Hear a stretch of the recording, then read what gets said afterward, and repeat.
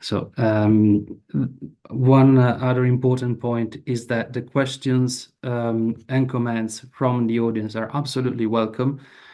You can actually write them at the bottom where you see there is a Q&A button. So please do use that to pose your questions anytime during the presentations, and there will be time to address the questions that we read there at the end of the webinar after all the presentations. Last point, the slides will be shared after the session along with the recording. So I think this concludes my initial introductory overview of the webinar, and I would like to give the floor to Xavier to introduce why we're here today and what the InDiCo-Global project is about. Xavier, the floor is yours, and thank you very much. Thank you, Francesco. Good afternoon, everybody. Thank you for joining the webinar. This event takes place as part of the InDiCo-Global project, which is a European Union funded project that aims at creating bridges and sharing knowledge between the European Union and a number of geographies. You can see soon on screen what the geographical scope of this project is.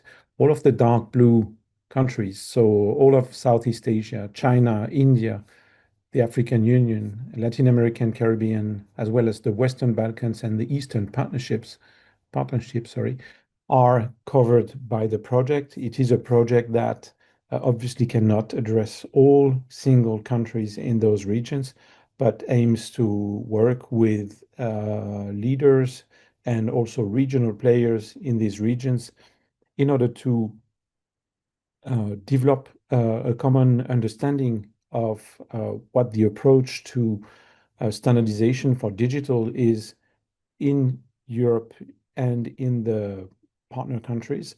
So it's really a tool to share knowledge, to identify areas where collaboration can take place for digital, and to understand where expert communities can be connected, where we can build capacity in these partner regions in order to ultimately contribute together to creating a harmonized set of standards for ICT and digital, which is also not only bringing interoperability and also, let's say, sorry, bringing more sources of products and services, bringing lower prices for citizens, but and avoiding vendor lock-in, which is the usual value of standards,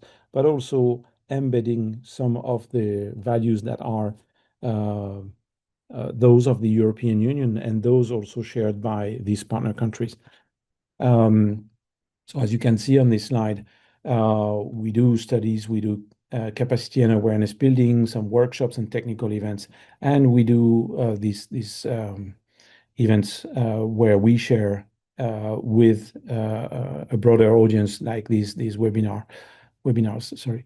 So what's very important is to note that the organizations that are running these projects are the three European standards organizations that are recognized under the European standardization regulations. So it is ETSI, CEN, and CENELEC, and they are joined for this effort by Martel Innovate, as well as Trust IT and their subsidiary Compla, which are all joining forces to implement this project. And so today we're talking about data protection, and we know that in Europe, as well as in all these geographies, we are all facing the challenge of becoming a digital society and economy. We may be at different stages, let's say, on that journey, and we are yet going through the same set of questions, and therefore we have a lot of experience and of challenges to share, a lot to learn, a lot to reuse as well when it comes to standards. because these digital issues, they do not really have the concept of borders. And so at a time where we have these digital systems that we are designing and which we are using, which are increasingly data hungry, it is very important to keep that user data to a responsible use and to make sure that there is not more data that is collected than what's actually needed. And what we think is very important to state is that in the same way we have security by design, we need to keep privacy and data protection central to the design of our systems and ensure that it stays or it remains a data collection that is just for what's needed and not more. So the data protection is not an EU-only challenge, but it reflects the EU values that we are also trying to embed in the digital standards that we develop in Europe. In 2016, we got GDPR, so the General Data Protection Regulation. And as you will see today, we are still working on it. So let's try and see where we are now and how this can shape the discussions with our partners in the partner regions of the project. This webinar will be the first of a series focusing on data protection. And today, that's the start of this series. And I wish that we are going to have a very good exchange today. Thank you very much. So fantastic, Xavier. Thank you. Thank you very much for the insights and for the introduction. I'm sure it provides a bit of more context as to why we're having this webinar today and why the choice of the topic. So without further ado, I would ask Chiara if you would like to start your speech, and I would like to leave you the floor. Thank you very much. Thank you so much, Francesco, and thank you so much for this invitation. Indeed, as was introduced before, I represent BEUC, which is the European Consumer Organization, which is an umbrella group for more than 40 consumer organizations across the European region. And today I will focus a bit my intervention on the consumer perspective, indeed, of the concept of anonymization and pseudonymization, and how these are linked to the definition of personal data, and what could be the consequences for consumers if these concepts change in the EU. I will discuss a bit how critical indeed it is to have a clear understanding of this concept in law from a consumer perspective. To start, as I think was already mentioned, thank you so much by Xavier. In the EU, we have the GDPR, which became applicable in 2018. And this instrument provides consumers with greater control over their personal data. And it also impacts how companies and organizations that hold that personal data can operate. This definition is actually really the starting point of the entire regulation and protection for people, because this the GDPR applies only if personal data is processed. So without this step, no consumer can enjoy the right to access, the right to information, and controllers do not have a duty to comply with all the principles. So the definition in itself holds an enormous power in defining what is protected, and especially how consumer can be protected from harm with their personal data. So until now, the definition of personal data, really reading from the text, is that personal data means that any information relating to an identified or identifiable natural person. And then it goes on into defining what is an identifiable natural person, and then it goes on to suggest a few criteria. In this definition, it is very clear that personal data also means possible data that could be in the future re-identified, right? However, the GDPR does not explicitly go on into defining what constitutes anonymous data. So its scope must be inferred from a combined reading of this article of the GDPR and a recital that sets out a bit more the criteria for assessing this identifiability, sorry. So this distinction between anonymous and pseudonymous is largely left to a case-by-case assessment, which has been considered by many problematic through the years. However, this case-by-case assessment technique allows for every court to really assess the context of the situation, and especially also the technical means that could be used to achieve anonymity. And so all in all, I would say that in the past year, the concept of personal data has evolved significantly through jurisprudence of the Court of Justice, which gave very specific answers to very specific situations. And at the same time, we had the European Data Protection Board, which is the board for all the data protection authority. They gave a bit more guidance. For example, last year, they published guidelines on the concept of pseudonymization to try to help, let's say, the environment to define a bit more clearly which situation falls under which criteria. What has been consistent was this approach of the central role of identifiability in defining what is anonymous, what is pseudonymous, and what is per se personal data. I underlined all of this because recently, in November 2025, the European Commission proposed the Digital Omnibus, which, in between many other changes, is going to change different aspects of the GDPR, including this core definition of personal data. And they actually aim to add more wording to what is the text that I read to you before. And they go, I will read a bit the text as well so that we can get a clear understanding, but they go further by saying that information should not be personal for a given entity if that entity cannot identify the natural person to whom the information relates. And they do so by taking into account the means that reasonably are likely to be used by that entity. On top, they even go further and they say that if this information does not become personal for that entity, merely because a potential other subsequent recipient has the means to reasonably likely be used to identify the natural person to who the information relates. So the Commission proposal completely reframes what is the idea of pseudonymization and goes from the consumer perspective really further than what has been done until now by the European Court of Justice. They have justified this change because indeed there is a need to understand a bit better what is anonymous data or not.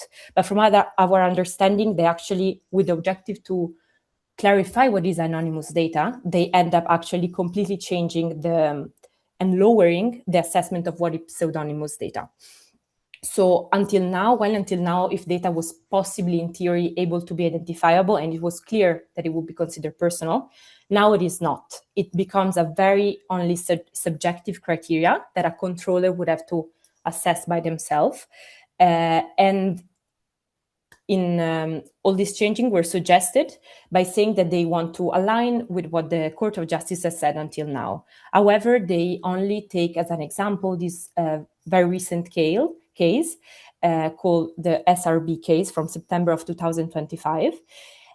And it's been said by many, and even the European Data Protection Board, that actually what the Commission proposes goes even further than one proposed by what's said in this Court of Justice case, which actually gives a contextual approach to the GDPR and came with really, really strong safeguards, many more safeguards than what the Commission proposes. It said that if an entity, in this case, was given access to pseudonymized data with measures preventing identification, it was not considered personal data for that entity. However, in the case, if that data is transferred to someone else, which perhaps they have means to re-identify this data, then this data is personal again. So this really shows how the Commission went even further than this case. And from our perspective, if such changing were to be proposed, there should have been a really balanced and fair review of all types of case law, because there are many, many case law out there. For example, the Breyer case or the Nova case, perhaps others are going to talk about it later, that actually explain that it should be really a case-by-case, context-by-context explanation. And this SRB case should not be taken as the only example, because it's assessed in a very specific scenario. The EDPB, so the European Data Protection Board, as said before, they did issued an opinion on the effect that this omnibus could have on people and on companies as well. And they clearly said that the proposal does not reflect the case, and it really goes beyond. And for this reason, we should really reassess the entire body of the Court of Justice jurisprudence. While there are also a few safeguards proposed by this omnibus that are important to be mentioned. So the Commission suggests that the Commission should adopt implementing acts to define when pseudonymized data no longer qualifies as personal data. However, we find it from a consumer perspective very risky approach, because actually it starts from a premise that pseudonymized data could actually be not personal data, when it really starts from an opposite premise of what we have now with the GDPR. And so perhaps I want to finalize a bit my point, what are the consequences of the proposed changes for consumer, especially in the context of this project? I would say it's important to show where this conversation is going on this concept, so that perhaps this discussion can be useful in other places as well. Because the consequences now of excluding some pseudonymized data from the GDPR scope, first of all, turns everything into a subjective assessment, which means that it doesn't give more legal certainty at all. Actually, it would be very complicated to understand, both for consumers, for enforcement authorities, and for companies themselves, to understand if they fall under the GDPR. There is a big danger that majority of processing that the GDPR protects will fall outside the scope. And this will mean that all the rights of consumer, right to access, right to information, will not be enjoyable anymore, because there will be this uncertainty of what falls under the scope of this regulation.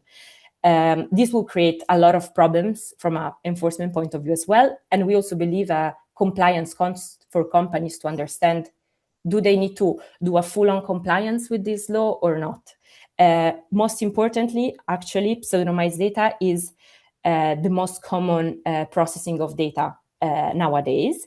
Indeed, nowadays, consumers do not experience harm only when controller knows and use their full name, but harm mainly happens when a system can, for example, track, target vulnerable individuals, infer sensitive data, and they really manipulate their behavior at scale with the pseudonymous data. So all the protection in this type of situation could fall outside the scope of the GDPR with these changes, just because there will be a lot of unclarity between what is anonymized and not. Typical examples are location data, but also we have purchase history, browsing patterns. All this data, we will not be sure if it falls under GDPR anymore. And we could say that the entire AdTech ecosystem runs on the pseudonymized data and could actually fall outside the scope of the GDPR. So it would be extremely dangerous for consumer, especially in this online environment where that relies increasingly on all these personal data that are collected, reshared, but especially they're also repurposed and they're also relinked together. And so really, this system allows more and more for the re-identification of personal data. So all in all, as a general consideration, we should be very careful not to confuse and to change the difference between what is pseudonymous data and anonymous data. It's true that it's a difficult test sometimes to be balanced, but it is for the consumer point of view, these definitions are so essential and have such a power to completely change how people are protected or not, that the assessment should stay in a case-by-case scenario. We should obviously involve the Court of Justice and a bit more perhaps the EDPB. We know that the EDPB already is preparing a comment for the SRMB case, and there will be, perhaps we could encourage more clarification on anonymization technique that I think now would be a bit more explained by the next speaker. But yeah, indeed, all in all, this is a bit the situation from the consumer perspective, and we look forward hearing a bit what the other speakers are going to contribute to. Many thanks. Fantastic. Thank you very much, Chiara, for this. It's a really, really interesting set of discussion points. And I think like most of the people in the room and probably also from the audience were thinking what will happen if the digital omnibus is enacted as it was initially proposed. So thanks for bringing up this super important key topics, I would say. And as you were anticipating, let's also hear from Magdalena to see how we can expand on this perspective also from a more, let's say, technical implementation point of view. Magdalena, the floor is yours. Thank you very much. Thank you so much. Thank you, Chiara. Thank you, Francesco. And Chiara underlined a lot that, she represents the consumer perspective, and that's really where she sees the need to stand up and discuss, that there is this current lack of clarity, where is personal versus anonymous discussion going and how this affects consumers. And strangely enough, I represent a very different view. As Francesco has been kind enough to introduce me, I work with companies, mostly global companies, large companies, very often processing vast quantity of data. And to be honest, they probably feel pretty much the same. They feel, well, it would be so nice to get some clarity. What's going on in the space of personal versus anonymous data is very non-clear. It's very difficult to have any so-called concrete answers. We haven't gotten any since GDPR has been in place. Now we're speaking about changing things because of digital omnibus, and yet the clarity is still missing. So there is this alignment where, no one's really happy with status quo. I don't think the digital omnibus, just as Chiara said, brings this clarity. Instead, it confuses us just in slightly different way. So my key tenet is that currently controllers, so organizations that mainly process personal data, and here I disagree with Chiara, they are the main decision makers. Every single day, controllers, organizations collect vast quantities of data and need to decide, when I do A or B or C, with which data do I deal? Do I deal with personal, anonymous data? And very few of them will ever get to the point where, a court will decide. The cases we have are, many, maybe if you want to write a paper about this, but the controllers that need to decide, they get zero guidance and zero support. And they get this zero guidance and zero support on an extremely difficult, both legally and technical subject. So that's what I think I would like to argue, and I would like to walk you through not the legal part, because Chiara explained this expertly, but the part about the sort of practical, technical facts that we have here. Of course, I am speaking about this from a legal perspective. I am a lawyer by education, so don't expect me to go very deep into the specifics. But GDPR is purposefully technology agnostic. Yeah, we have just simply said, okay, personal data is when data is, as Chiara said, identifiable, or and here we didn't really go how to identify. We have some examples. We don't say anything, but in general, the law extremely much refers to this idea of appropriateness, of appropriate technical measures when you want to protect it, appropriate state of the art. It refers to the context that means reasonably likely to be used. But in some way, both the law and then the regulator sort of outsources this to controller and says, you controller, you have to know yourself. So in the next 10 minutes, let's discuss what does this mean. We are agnostic. We don't really know every single day. And as technology changes and we're observing this change, we see that the aspect of what does it mean to hold data and when is data identifiable versus personal is changing day by day. The grave consequences are there, Chiara mentions, for consumers. They are also there for controllers. Let's make no mistake, this is a binary system. We have personal data, and you're fully in scope. Every single obligation in GDPR applies to you as a controller. A few less apply to you when you are a processor if you hold personal data. The way this definition is, it's extremely broad on purpose and probably likely so. And then you have absolutely the full scope of the law. And then you have this one way out. If you say the data is no longer personal, so it's anonymous, you don't apply the law at all. So you're just out. And obviously, I understand from the perspective of a legislator, it seems like all the controllers sit there and just wait for a chance to just jump out of this law and do nothing. In reality, it is extremely difficult to be able to judge how, where exactly do I find myself on the spectrum. From the perspective of data, we have this balancing. One, data quality, the other, identifiability. So the better the data quality, the more useful the data, the more identifiable it is, because we're identifying through different things. We're identifying through direct identifiers. That's fairly simple. We know Francesco is Francesco, Magdalena is Magdalena, but we also identify through different things, quasi-identifiers if you want. So you can identify people because you will, assign any sort of random number.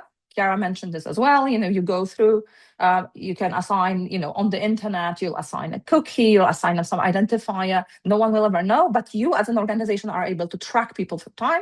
But you can also identify people via combinations of data. So, someone who opens their browser every morning at 10 to read this newspaper and another newspaper, and the version of their browser is such, they also are identified, and they are able to be identified through time. So there is this very, very large spectrum of what data we can use in order to identify a person. And then because of that, it's very, very hard to say, what do we need to remove? What do we need to do with the data in order to get out of the scope of this law? And then two forces are here. One, controllers are left with this decision by themselves. There are no real guidances. There are no real standards. You basically sit there and you are in this place where you have a quantity of data and you're saying, what do I have to do in order to get to the point where this data can be taken outside of the scope of the law? But not only, and I just want to underline this, it's not, we very often speak about this from the perspective of some sort of very, very bad actor that is there and just doesn't want to apply the law. But we are speaking very much about companies which actually really want to do the right thing, We're not only speaking about the large internet players, we're speaking about pharma companies that would like to enable research. We speak about someone who would genuinely like to share data with another organization in a way that protects the consumer. They just don't know how to do it, because making this decision, how much data do I treat, in which way, and when am I allowed to say, okay, here is the moment when the law no longer applies, is extremely difficult. And I might sound like I only blame the legislator or the regulator, but I'm just simply saying, okay, this is a very grave decision that the controller is left alone with, and has very deep consequences, absolutely, to the data subject. So the consumer for Chiara, but also other people. I mean, it might be actually, people playing different roles, because we can really affect their lives. But it's also for the controller. If they make a mistake, that's on them. They have released the data that was personal. They have not applied the right law, and now they have to stay with the consequence. This binary framing, long-running, still unresolved. One of the key questions is, of course, the question that Chiara raised. Is this an absolute decision, or is it a relative context-dependent decision, meaning data can be personal for one party and non-personal for another? And again, there was a mention of how many problems this sort of contextual part has. But there's also the technical question that is very unanswered. How much do I have to do with the data in order to get, to get somewhere? And here, maybe a few thoughts on this. Effectively, we right now, again, this is hugely simplified. You can write PhDs and many about this. I'm just going to touch upon those 4 groups. I tried to group the technical measures according to what they do. So the first, most banal thing to do, which obviously everyone does, is what leads, so you could say, immediately to pseudonymized data.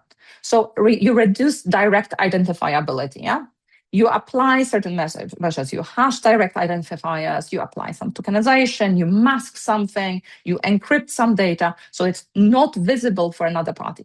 And these measures, this is fully agreed, no one really argues this anymore. There were cases where people argue this. These measures are absolutely state-of-the-art to do pseudonymization. They will not give you anonymous data, because obviously what you have is, Francesco is no longer Francesco, Chiara is no longer Chiara, Magdalena is no longer Magdalena. Now we have random numbers instead. Yeah, we have maybe removed the phone number and so on. But all the wealth of the data that still identifies us still stays within the data set. So then what we are talking about is not only reduced direct identifiability, so first box, but the reduced indirect identifiability, so that this attacks the quasi-identifier problem. The fact that, certain aspects of us as individuals that are in the data set also identify us, yeah? And this, we manipulate those aspects in order to remove this possibility of being identified through, 3 random things, as the very famous case where, your code of where you live plus your age pretty much identifies you very much within a larger group. Third technical measure group, differential privacy synthetic data generation. So this is pretty much looking at the full holistic data set and trying to enable analysis, trying to enable the data use without exposing individuals. So you can train your model, you can analyze the data, you can share data, but you protect individuals on a data level. And this sounded so beautiful for the longest time. People were saying, okay, we will just going to use synthetic data. Then, the data isn't about Magdalena, it's about a person quite like Magdalena, which is someone else. Sadly, again, if you make up your mind to something, it is supposedly now there are research articles and research projects which have proven that even from synthetic data, you would be able to get back to the original data set. So all of these 3 are measures to the 3 boxes. All of them are measures to work on the data set itself. The 4th box is architecture and organizational measures. So this is pretty much measures that don't touch the data set, but they touch the context in which data is being handled. So they change the data environment, but the data stay itself. Now, what does it mean in practice? That means, for example, I am going to share data with someone else, but I'm contractually letting them know they aren't able to ever try to re-identify. I am going to share the data, but I'm encrypting a bit and I'm not taking the decryption key. So there is a lot of things that come on top as a handle on the top of everything that is being done in the data set, and that together might impact identifiability. Now, very, very sort of snapshot view on all of those things. What I can say is, as we see it right now, the best practice, if we want to claim anything, is really applying all of these measures in different ways. Yeah. So there are some which definitely don't work by itself. No one is claiming, okay, just give the data to someone, but just forbid them to look at the name. That's not enough. No one is saying just remove the name. That's enough. But what we are saying currently is the many different aspects of this, when applied together, might be used so that the controller might make the claim. Again, it's a case-by-case analysis all the time. So the controller would need to take a look at the data it holds and ask themselves, okay, whether within the circumstances, when I do A, B, C, and D, I can actually claim the data is no longer personal. By the way, what very often happens from practice is when all those measures are applied, what we find out is that the data isn't just as useful as it used to be. That's just the price we pay, but obviously then it protects better. I think this is probably the most critical thing I wanna say here, that we have the legal lack of clarity, but also we have the technical lack of clarity. There isn't a clear one path that would allow us to actually say, because controller applied measure A and B, the commission, the regulator, anyone, the court says high five, this is all fine. So I think what I want to say, to just protect slightly different group of people here, meaning the controllers, is that the controller decides something, it's all on them, pretty much without any help. And the lawmaker says, the law says, well, I don't really know, you need to know yourself. And we have this problem really. And here, strangely, I arrived at the same conclusion that Chiara did, that, well, more research is needed, more guidance is needed, more actual, in-depth view on this case by case is necessary in order to come to something. Why? Okay, we have the guidance from 2014 about what is anonymization. Yes, Chiara is right, there was something about pseudonymization as well. Is it concrete? Does it give us some graspable things to do? Not really. We still have the very, very big discussion, which is now part of this digital omnibus topic that we just touched, where we have the single resolution board versus EDPB. And the absolute core of that discussion has been, okay, if a controller, under specific technical organizational measures, after they have done something to the data, passes data to someone else, can they claim that this data was non-personal? That's what they claimed. Right now, the case as it stands, it was okay. It was okay. But again, single case in a single specific scenario. This is not a blanket approval of this. Yeah. And then I just still think, and I really wanted to put this point as my last one, that this is something that we need more standards, more technical opinions, and something that maybe Frederick can give us a little bit of an insight too, because otherwise we're just leaving, very often people who want to do the right thing, very often organizations that would like to understand where this border lies without any help or support whatsoever. So that's me. And now, Frederick, I think the floor is yours, but I'm sure that you will get a proper intro as well. Thank you very much, Magdalena. So fantastic presentation. Very interesting topics touched upon. Actually, I don't know if you've seen in the chat, there is already a question on this matter that we will tackle later. And I think it summarizes some of the bits that have been discussed so far. So where to stand between protecting the rights of individuals and their privacy and ensure that the data can be used with a reasonable degree of clarity. So that's really a big point. And I'm very happy to come back to it, Mohammed. So I'm very happy to discuss it, but let's give floor to Frederick, and then I promise to answer something. Yeah, fantastic. Thank you very much already for that. And thanks again for the presentation. So Frederick, now the floor is yours. Thanks so much. Thank you. So now I'll try to share where I am.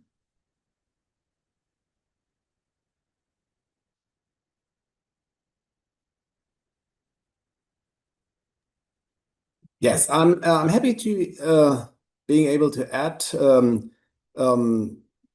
some more points to what Chiara and Magdalena already said, because we want to foster anonymization. We want to foster abilities to anonymize, and it's really a pity that this promising instrument is not at that state that it could be 10 years after the GDPR being adopted, in my view.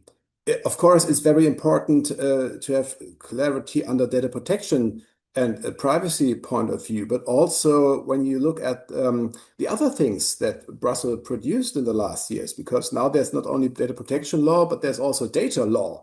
There's law to spread, to share data, like the Data Act. And under the Data Act, the Data Act applies for personal and non-personal data. But when you want to share, or when you shall share personal data under the Data Act, you have to have the legal basis from the GDPR, because the GDPR is left untouched by the Data Act. So controllers are in the challenging situation to assess if they are compliant under the GDPR and the Data Act as well.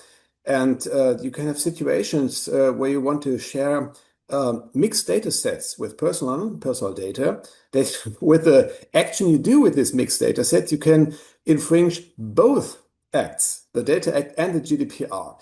So in a way, legislation has added another layer of inclarity, because of course the Commission has no instruction for how to cope with the Data Act in a GDPR compliant way. So this said, and highlighted another origin of inclarity, because anonymization is not regulated in the GDPR. I don't know why. Perhaps lawmakers said, well, it's very clear. If we say what can be done with personal data under GDPR, every proper lawyer is able to think of what cannot be done. And if we address personal data, we need not to address unpersonal data as well.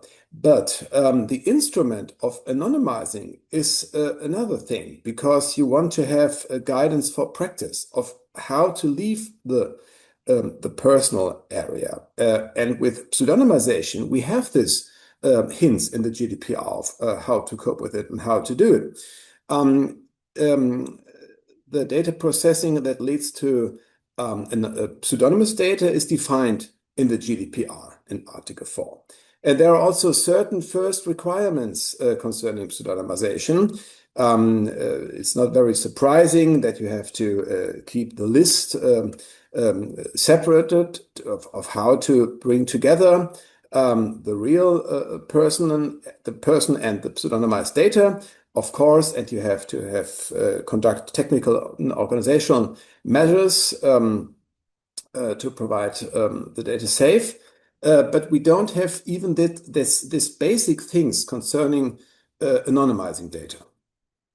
And another remarkable thing concerning pseudonymization under the GDPR is that it is mentioned concerning data security in the Article 32, even before the law goes to the standard information security management aims.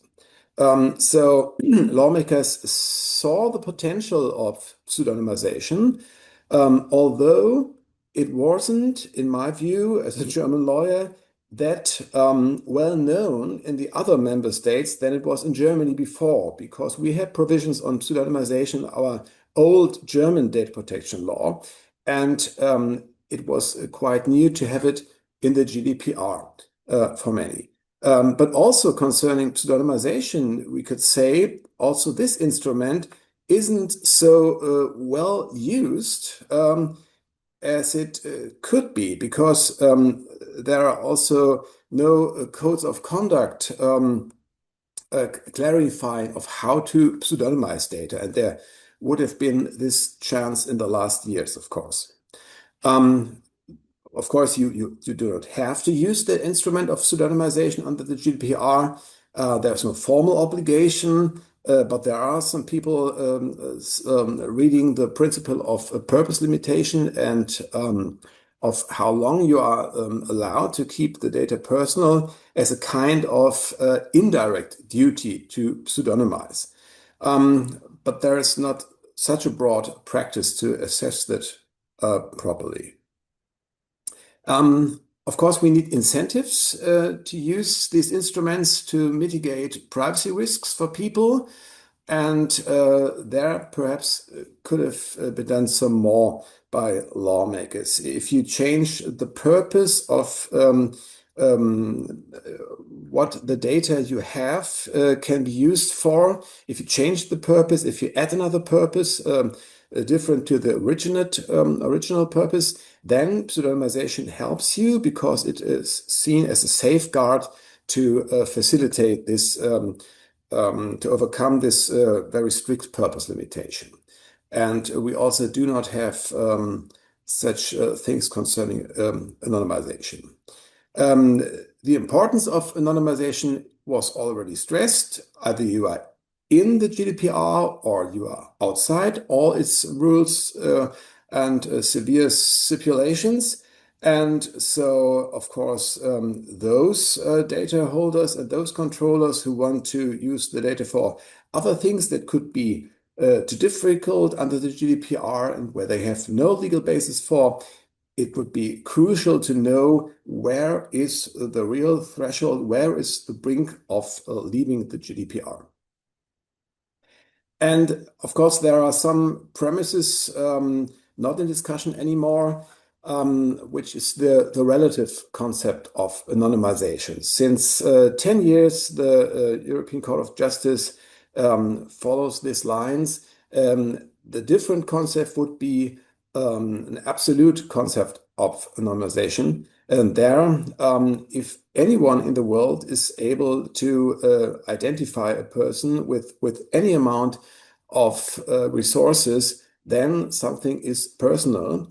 But that is not the view of the ECJ, and this should also not be a view of a law codifying that line, and I don't see that. Of course, when you anonymize data, you process data. There's no way in argumenting that you would do something outside the GDPR scope when you anonymize data, and you wouldn't need a legal basis. But on the other hand, it would be very easy to obtain a legal basis because who would deny consent when a controller asks, may I anonymize the data relating to your person, or could I infringe your interests? So you could use legitimate interests or consent to anonymize legally. There may be situations where a person says, no, I want to keep my data personal at you, controller, but perhaps that would be seldom. There is some definition of anonymizing in the Open Data Directive from 2009. So at least we have something, and when you see the acquis communautaire in the European digital law, you could say, okay, that's enough. It's quite old, but it's a definition that is in the laws. But of course, perhaps that is not enough. That's quite old, as we see. So it wouldn't be a pity to have another, more recent definition in the recent digital law. Another thing that is interesting about anonymization is that you can use this instrument to delete in a way, because there might be the obligation to delete these data if a data subject orders you to, because you don't have a proper legal basis to keep the data personal. Then you could either delete it, then it's gone and you cannot use it for anything anymore, or you can anonymize the data. And then you have an anonymous data set that could have some worth left. And that's better for you as a controller than have nothing, because you mitigated the risks at a maximum level. If you do it properly, the anonymization, there are no risks for the privacy and the freedom rights of the person anymore, but there could be some worth left in the anonymous data set. So this is a quite interesting comparison. So how much clarity do we need? When we look at pseudonymization, we are in a quite good status. Some 13, 14 months ago, the European Data Protection Board issued its guidelines on pseudonymization. So there we are on a good way. When we look at anonymization, we look back and back and back and back, and we find the document of the predecessor of the European Data Protection Board. And it's even 2 years older than the adoption of the GDPR. It's from 2014. So that's a bit too old. And the Data Protection Board is working on a successor, but it's still working and working and working. There was a consultation process with 100 stakeholders at the EDPB. The work goes on since years, but I think we need it. We really need it. Everybody's waiting for it. And if the omnibus legislation will add nothing to the law, then we only have the rulings of the European Court, and we don't have something else, because those guidelines of the board, they could be much more practical than any court ruling can be. So I hope this will go on soon at the EDPB. Also, on a national level, there is a need for more clarity. Our political parties in Germany agreed years ago that we need standards. We have to create standards, but of course, there's no way and chance to do it on a national level. We only can use standards on a European level, because we have European data protection law, European data law, and there's not so much use to do it on a national level. Although our federal government assured the public that they will advise the European Data Protection Board to go on with their work. I don't know what this advice is worth, but they could try. And the consequences of this unclarity, of course, have been mentioned today. If we have less anonymization, we have less risk mitigation for data subjects. That's not a good status we're in. So something has to be done. We, as a Foundation for Data Protection, we tried to do something in 2022 and give some guideline on how to anonymize data. And of course, we comprised also the tips Magdalena already gave to combine methods of anonymizing, not to rely on just one method. We gave examples, we gave a tag model and all these things. But of course, such things cannot replace something official from the board or from lawmakers. So to include at least one nice photo in my ugly presentation, here you see a nice photo. That's the European Court of Justice. And that should symbolize that we have something. Even when the omnibus don't go any further, we have the decision from last year.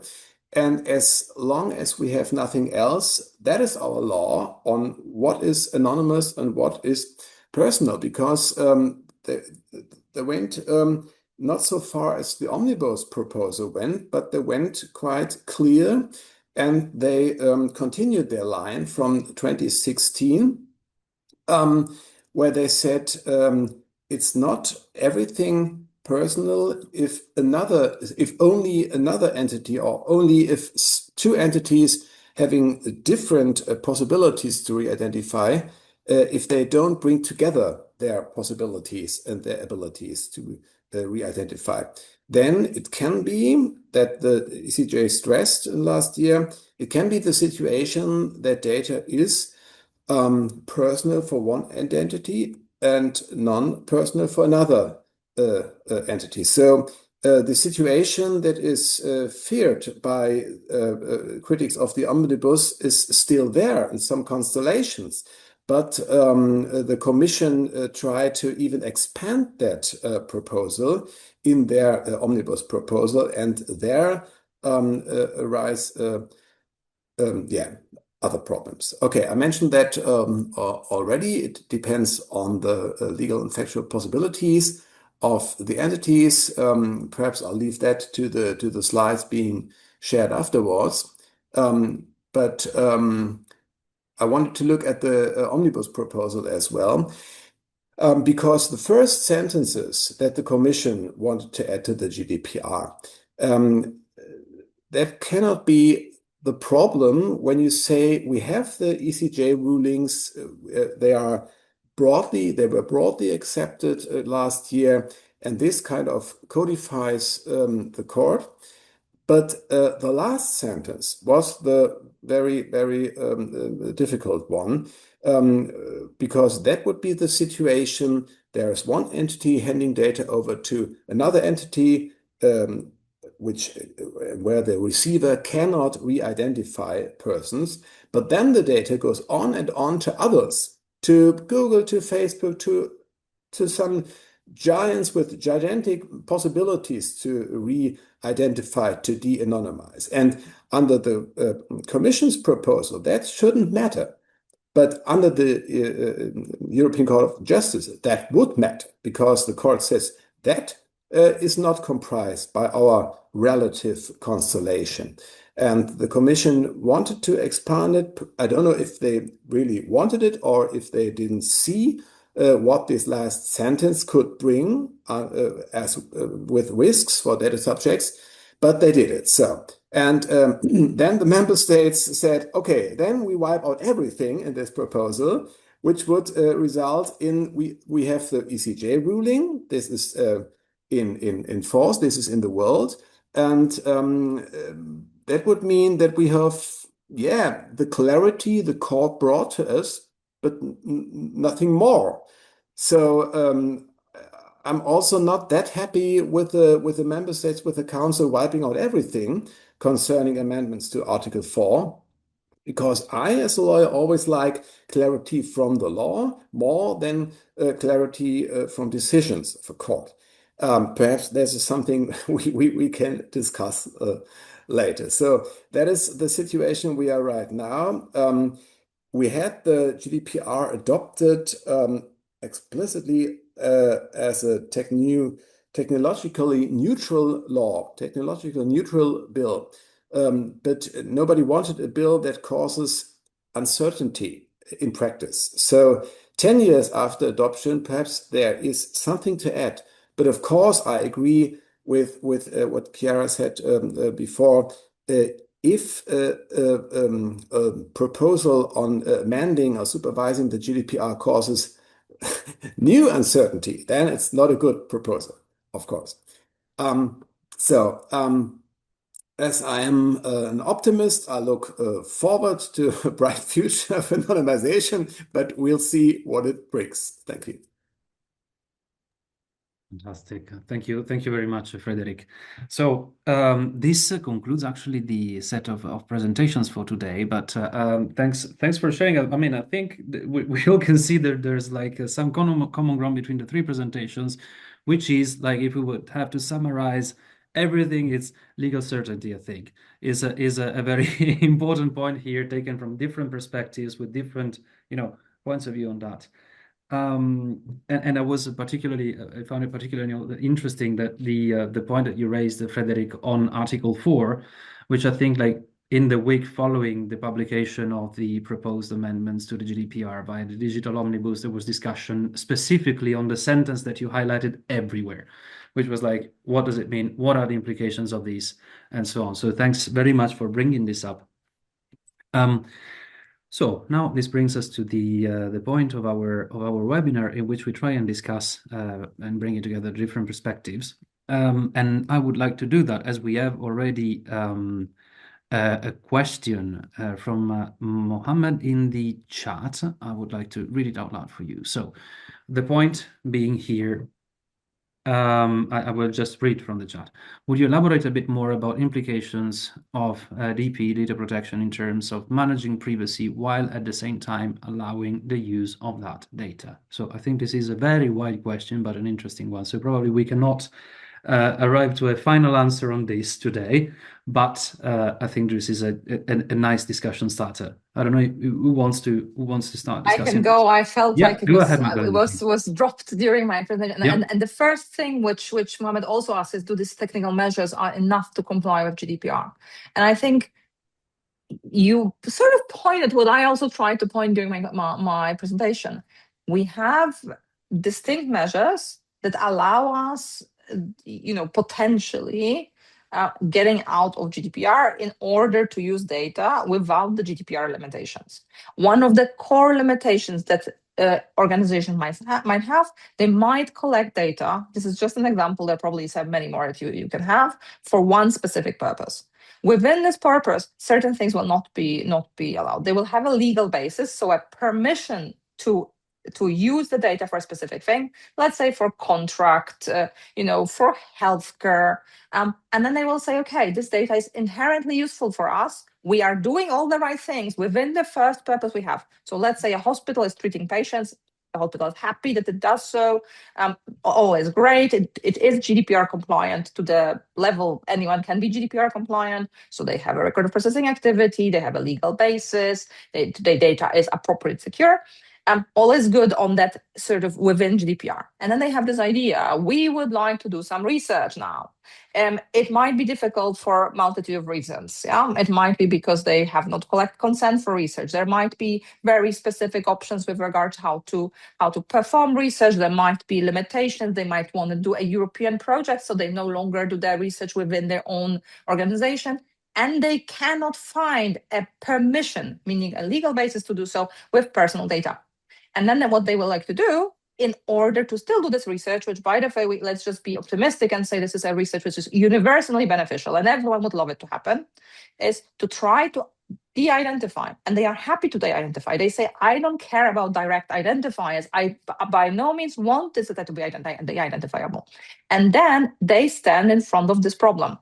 I showed you the 4 different boxes of measures. Within each box, there's obviously different measures that can be applied.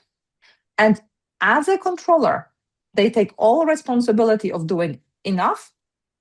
If they want to do research, they also take responsibility so that the data is still useful, but they don't really get any guidance or any official statement that would say, okay, what is good enough? It's very, very hard to do, but guidance is generally missing. So your answer to these technical measures are enough. to comply with GDPR or to get out of GDPR, it is unknown. The best thing we can do, Frederick introduced this very well. He went a little deeper into this last judgment SRB from 2025 is okay. How can you ensure that if you pass the data to someone else, at least they shouldn't be able to identify? If they aren't able to identify, maybe you've done a good job, but really maybe because it's case by case. So I think this is really the truth. I can't give you I don't have a stamp to say, yes, if you apply 4 boxes, then bam, you can do anything. And Chiara, you have a comment on this as well.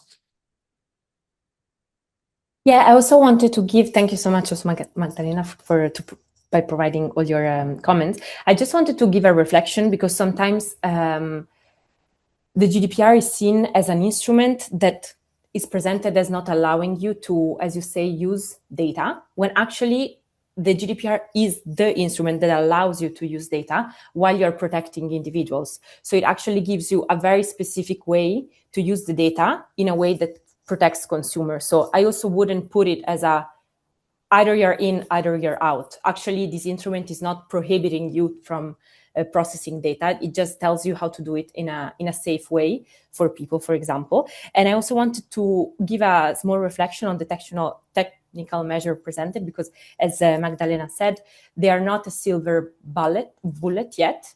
Sometimes they're presented as if you use some techniques that allow the data to be perhaps more anonymous, but there are never really a lot of guarantees, then you're out of the GDPR. We could see these techniques as an incentive, because I also heard that Frederick was talking a lot about this idea that the GDPR doesn't have a lot of incentives. We have this article called Article 22 that talks about privacy by default and design. And perhaps this could be also a good other starting point until we have a technique that really allows us to reach anonymity for real without problem that there might be re-identified, and use all these techniques to create systems that have privacy by default and by default from the very beginning. So I just wanted to give a different perspective comment. Thanks very much, Chiara, for this perspective. Very, very interesting, actually. I don't know, Frederick, if you wanted to add something on this matter. Not compulsory, of course. There is not really much to add, but for those people who see the GDPR and its stipulation as a kind of burden for their business, of course, they could see in incentive for anonymizing that they are, if they do it properly, they are out of those rules. From their view, of course, it could be an incentive. Interesting If point. I can just drop a comment, normally organizations, sort of practical organizations in the real world, don't want to be out of scope and say, oh, I will never process any personal data now. I will always be outside of scope of GDPR. Yeah, that's not really what happens. I think most organizations, will apply GDPR in 90, maybe 99% of processing that they do. And then they will say, okay, is there something I can do to minimize the burden in certain areas? And a typical thing is, okay, if I want to share data with third party, this is basically the SRB Deloitte scenario, yeah? Can I just share data with Deloitte without signing a massive data processing agreement, without, doing all this? Can I do it? Am I allowed? What if they transfer data to US? What a company might want to legitimately do without any bad thoughts, by the way, because we always think, oh, it's just about Google trying to do bad things. But the company might legitimately just want to have anonymize the data properly because they want to do the right thing. GDPR incentivizes this. GDPR says, hey, if you don't need personal data, don't use it. So they want to do the right thing, and they want to transfer this data to a third party with a little bit of a smaller burden. At the same time, sleeping soundly, thinking the data is actually no longer personal. I did nothing wrong. And currently, it would be extremely difficult. I've done nothing else with my career than trying to work within this area. I could not safely say, yes, absolutely possible, do this. It's not clear. And that's the problem, really. And then obviously, I completely agree when we bring in this sort of slightly scary scenarios of companies maliciously trying to get out of the scope of law. Absolutely, we don't want this, but let's also keep in mind that most people and also most organizations are really, law-abiding citizens just trying to get by. And the same for organizations. They probably want to, make their core business and not really break any laws in the process, but they don't really know how. Yeah, and that's the point. The lack of legal certainty drives people out of the scope of the GDPR, or tries them to flee the scope, because when they have the alternative, okay, when we're out, we have to obey nothing. When we're in, we are uncertain of how we can obey the rules, because we have not so much internal resources for privacy. We have no big team. We have no resources for buying good advice from advisors from outside. And if they see that alternative, certainty outside the scope or uncertainty within the scope, then that's the problem. If we can mitigate the lack of certainty within the scope of the GDPR, then the problem is some smaller, I think. If I just may add, but very small, I just wanted to say that I completely agree. And actually legal certainty and the fact that companies are able to understand what are the rules they need to apply in a clear way, it's actually great for consumers, because if companies are able to easily comply with the rules, then it's just an added value for consumers, and consumers are they engage with services, right, if they feel they can trust and they are safe in these services. So it's just an incentive, I think, that runs inside. So I think on this legal certainty angle, I fully agree with you. Francesco, you look at the chat, because I'm not able to follow what you say and read all the messages there. Yes, no, I'm following the chat. Actually, there's actually some interesting points in there. So first of all, thank you very much for what you were this discussion we had right now, because I think it touches upon a lot of interesting points. So let's see. So this question I need to read because I was following the discussion. I didn't get the time to read it extensively. So I'll just read it out. But again, following this, how about data usage by those state-of-the-art technologies platforms such as XR, so extended reality, for example, metaverse, for which there is no explicit description in the GDPR?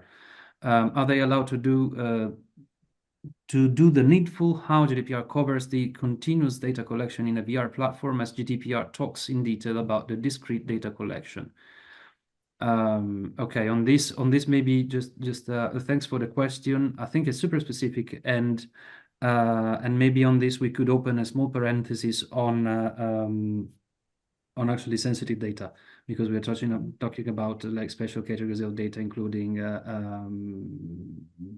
data identifying the individual via their movements, via their eye identification, etc. So I think this opens also a parenthesis, which might be interesting to look into that. So I don't know who wants to take this up. I can just start by one tiny point, and that this, GDPR is, and I had this really big on the screen, technology agnostic. And in some way, this is exactly where we see why this is so important, because obviously what you're raising here, XR, metaverse, all of those things, I don't think we could have thought about them being so close when GDPR, but also the previous directive, by the way, which was pretty much the same thing, just let's be honest, could have at all expect, the absolute creation of data that we see right now, which is massive, is something that was probably very difficult to predict. And now we have to deal with it. The great thing still about GDPR, with all of its limitations, and there are many, and the three of us could talk about the limitations probably at length, is that this law simply straight on applies to this collection. So, this still requires basic things like legal basis, basic things like privacy notices towards the consumer whose data is being collected, basic things like rights, So in this, no matter how much data they collect, you still have a right to request, hello, I want you to confirm which data you have. I want you to explain how you use this data. Prove to me you have a legal basis. If you try to do something beyond delivering this service to me, what else are you doing? So all of this still applies. I dare really think that only very tiny amount of this data which was collected could ever be anonymized, because too much of it is very directly, embedded into you. But obviously you could out of this massive scope, you probably could cut something out, and you probably could, aggregate and say, okay, on average, a user takes so much time with our glasses, let's say. That you can say, and that could be no personal data. The more detail you want to do, that will not be ever possible to put it out of the scope, So I think that's maybe my starter, and I'm very happy to hear the speakers commenting on that. Go ahead. Of course, we all want to see the GDPR. We want to understand it as a kind of enabler concerning the use of data, the processing of data. Although there are limitations, which can be quite strict in some constellations, of course. And when you think of some business model which is very intrusive, which bears risks for privacy and other rights of people, there may be the situation when there's only consent left over as a legal basis. And then if you do not obtain consent easily, there will be a stop for your business model. And of course, the people who offer such a business model would say, I don't see the enabling effect in the GDPR because I want to go on with my business model. And I do not get consent, and then what shall I do now? We have to accept those situations because that is the core of data protection, that there are strict limitations. We do not forbid anything in data protection law, but there are situations where we can, it can lead to this stop. When there's very intrusive business model and no consent, then of course we are at the end of enabling. Yeah, thanks, Frederica. I don't know, Chiara, if you want to jump in on this. I can add that I agree that GDPR should stay at technically neutral instrument, absolutely, because this way it can really be able to protect people in every situation. It's a specific example, the one of that is made on virtual reality platforms and the metaverse. Everything should be processed, obviously, on the legal basis. I think here there is a big question also of how much indeed companies, when they build this business model, they use the article on privacy by design and by default when they decide how to build the model. Being it sensitive data, the likelihood there could be harm, it's enormous. So obviously you need to comply with all the principle, purpose limitation, data minimization, and I cannot assess here and now, but sometimes indeed this platform they actually need to comply with all of this. And the right to information in this situation, especially because of the consent, is especially important from a consumer perspective. And we know that oftentimes it is a bit bypassed, the way that the consent is proposed to individuals. So I think the GDPR gives all the answers on how data can be processed, but it just can be done in a very specific way. Now I see there are a lot of comments, so I didn't have the time to read them all, but I hope this is enough, and then maybe I can read and then answer again. Yeah, fantastic, Chiara. Thank you. Thank you very much for the points you raised. I wanted to also see if Xavier wanted to comment on this or on the previous discussed points. Well, I do not have the legal background that my colleagues have on the panel here. I'm more from the purely technical side. I know that in Etsy we're doing our best to provide some of the tools to decide or to be able to make that data anonymous. And we are unfortunately not at the level where we can provide that legal certainty that if you use our tools, then you're in the clear, because there is a whole layer of interpretation of or understanding of the law before you decide whether you make use of the tools, and then if that is going to put you in one or the other situation.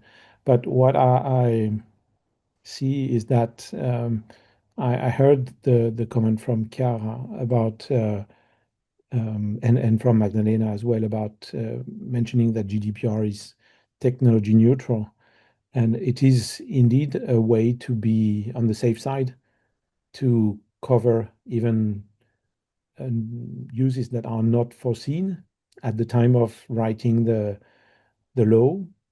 I'm still, let's say, talking from my experience writing standards, I'm still sometimes puzzled as to whether keeping this high-level principles is sometimes sufficient to address some of the more tricky cases. Because in the case of technical standards, what happens is if you stay too high level, ultimately you leave room for interpretation, and ultimately you do not reach the promise of interoperability that you wanted to deliver in the first place with these technical standards. So I don't know if that reasoning translates to the legal requirements, but my understanding from the discussion today is that when we keep it very high level at some stage, you have people wondering, should I understand this one way or the other? And what was meant to help in the first place becomes a real question mark, and that's where you have to step into to bring more maybe granularity or to help people have a better grasp of what they should be doing. So maybe or hopefully we get through this revision and hopefully improvement of the text to a situation that get us closer to that situation. I'm saying this as if it were obvious that we can do better and that it will be easy to get to this a clearer status. Sorry, but I'm pretty sure this is a very challenging exercise. But I'm still, having these considerations that it's probably a very challenging exercise to find the right balance between the staying high level and drawing or laying out principles, and on the other hand, being precise enough so that you do not create too much room for interpretation. Thank you. Perhaps we also would need a closer connection between judicial and technical solutions and proposals for solutions. So the European Data Protection Board, could call ETSI to deliver some technical ideas of how to standardize ways to anonymize data, because otherwise, if it's left open, then the EDPB would say, from the law side, you have to look at this and this and this. And then the Commission has no mandate to order standards. So perhaps we could bring the actors together, because the solution is only a mixture between law and technique, I think. So perhaps we need a closer connection at that point. I think that's a good suggestion, that actually we need to, if I may say so, we need to bring the legal animals and the technical animals closer to each other, so that there is a more important or more fruitful exchange in identifying those things that are realistic and answering both needs coming from the technical side, but also coming from the policy / legal side. It could be an interesting follow-up. No, absolutely. I think, Xavier, this is a super interesting point. Actually, I noted down one of the potential questions, but I think it's been already tackled and covered pretty much in all its potential declinations. So we'll just mention it very quickly. So I was wondering whether you thought that it would be feasible and it would make like sense and it would be useful to think of like a specific, this is really provocative, of a technical implementation or technical requirements for actors to anonymize. So stuff which, not just guidance, So a toolkit which allows data processors or data controllers to know what they should do to anonymize data to be sure that it is compliant with law requirements, and it ensures that people are not going to be able to re-identify. I know this is dream on. I realize this is mostly unfeasible, but just if something like that could be interesting and actually beneficial, because again, there is this tension which appears very clearly from the discussion today, but also from the discussions in the wild in these last years on data protection. The finding the right balance between protecting the personal data and the individuals, and allowing for legitimate data use, which can actually be used for research, innovation, or even for specific business models which are not predatory. But just which need to use personal data or in any form, be that anonymized or pseudonymized. So I know this has been part of covered, but I don't know if you have any additional reflections on this. And linking also to one of the comments in the chat, I think it comes out this apart from the specific case of an extended reality platform which might or might not be asking for the right permissions and consent from the end user to use specific and very sensitive personal data. Is mentioning the participants mentioning heartbeat, eye gaze, etc. There seem to be very apparently also, and it comes out also from statistics at EU level, a matter of trust, an issue of trust in how the data is stored, treated, and reused, so that it appears that there is no real solution from the consumer perspective to find a way to go along well with the data controllers in some cases. So I know it's a lot of stuff, but if you want to, I don't know, add a one-liner on this, that'd be interesting. Just one quick thing about yes. Your identified way forward or potential next step.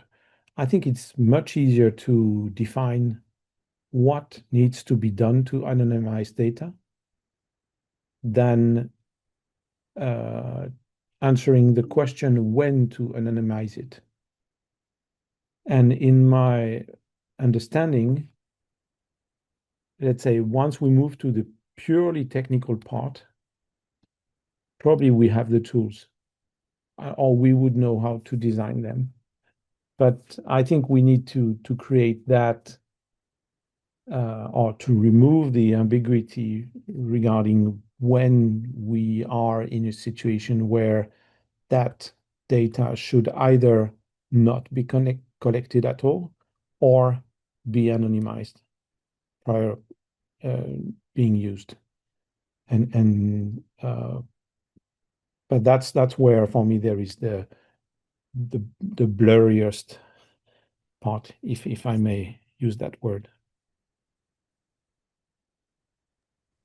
If I may answer to the question that you raised, Francesco, and I just wanted to say that it sounds as a great idea, but I don't think the answer to this problem of the technical standards for anonymization is a static question. I think it will need to be updated and updated more and more, because we see it, I think, also with the development of AI technologies. Companies, I'm not saying every company, but many companies come up with new techniques to circumvent some rules, and the techniques on anonymization should keep up with this, with the state of the art, let's say, of use on the other side. And then I wanted to put a little point on the question of trust that you raised for consumer. And indeed, today we spoke a lot about the digital omnibus and rules changing, but the core problem still nowadays from a consumer perspective is a lack of enforcement. There is still a big problem with this, and that's how one day I hope we're going to achieve trust in a system where actually the business model is not non-compliance, but we manage by enforcement to really create a standard for everyone. Obviously, we need legal clarity. That's a big one to raise, absolutely. But yeah, there is a lot of work to be done on enforcement, and that's why, from a consumer perspective, we were not very supportive of these further changes, because there are a lot of also businesses that have done a lot of effort to comply with the rules that we have done, and we're now reaching finally a moment where we could start a good enforcement, and now everything is changing again. So for consumer to see the data protection rules enforced, it's going to take a while if these changes are approved. No, absolutely. That's actually excellent points, and I think thanks a lot for raising the point that this actually is a moving target, so that the data processing operations are changing all the time, especially so with the elephant in the room. So with AI training and implementations, things change super quickly. So it's I think you raised a very, very important point, and thanks for mentioning that. I don't know, Frederic, Maddalena, Xavier, if you want to add something on this. Yeah, what Chiara just mentioned about this, say, evolving means to defeat anonymization. I mean, it makes me want to draw a parallel with what we're facing with encryption. And when you're encrypting data and you think you're safe, because we know what laws are ruling the power of computers and how strong your encryption needs to be if you want to be safe. But then comes a disruptive technology, in this case quantum computers, which might render your the algorithms you thought strong completely, let's say, weak or under threat. And I think AI does this to maybe some of the anonymization techniques that are used currently, and there will be a need to adapt. Maybe we can, as we do for encryption and ciphering algorithms, maybe we can draw or isolate some principles that we believe are quantum safe. Maybe for anonymization, there could be some AI safe principles that need to be followed for a good anonymization technique to be like future proof. But it's again probably a technical discussion that needs to be held again and again, because the threat, if I may call it this way, is evolving. So as Chiara was mentioning, this is very much a moving target. As Chiara said, there is no static answer for this unstatic situation. Absolutely. I don't know, Magdalena, if you want to add one last statement. I don't think I would be amiss to disagree. So I absolutely agree that this is as very much, technology will change. Doesn't mean that we should stop trying. I mean, that basically is the whole purpose. No, absolutely. So I think this is a fantastic closing sentence. I thank you for bringing this to the table, because it brings us to like 3 minutes. We're a little bit beyond the time we should have finished, so sorry for the delay, but I think it was worth it to keep the discussion going until we reach this interesting point. Of course, if the speakers agree, the slides will be shared with the participants. Okay, I see nodding, so fantastic. Thanks for that. And yes, of course, please keep an eye on the website of InDiCo-Global and on the social network outlets of InDiCo-Global, where we will publish the outcomes of this webinar plus the next appointments. And I thank all the speakers for joining us today, the panelists for bringing super interesting insights and a very nice discussion, and to the participants for taking the time to listen and also to ask questions in the chat. Thank you very much. I wish you a great day. Thank you. Bye-bye. Have a great day. Thank you so much to everyone. Bye-bye. Bye.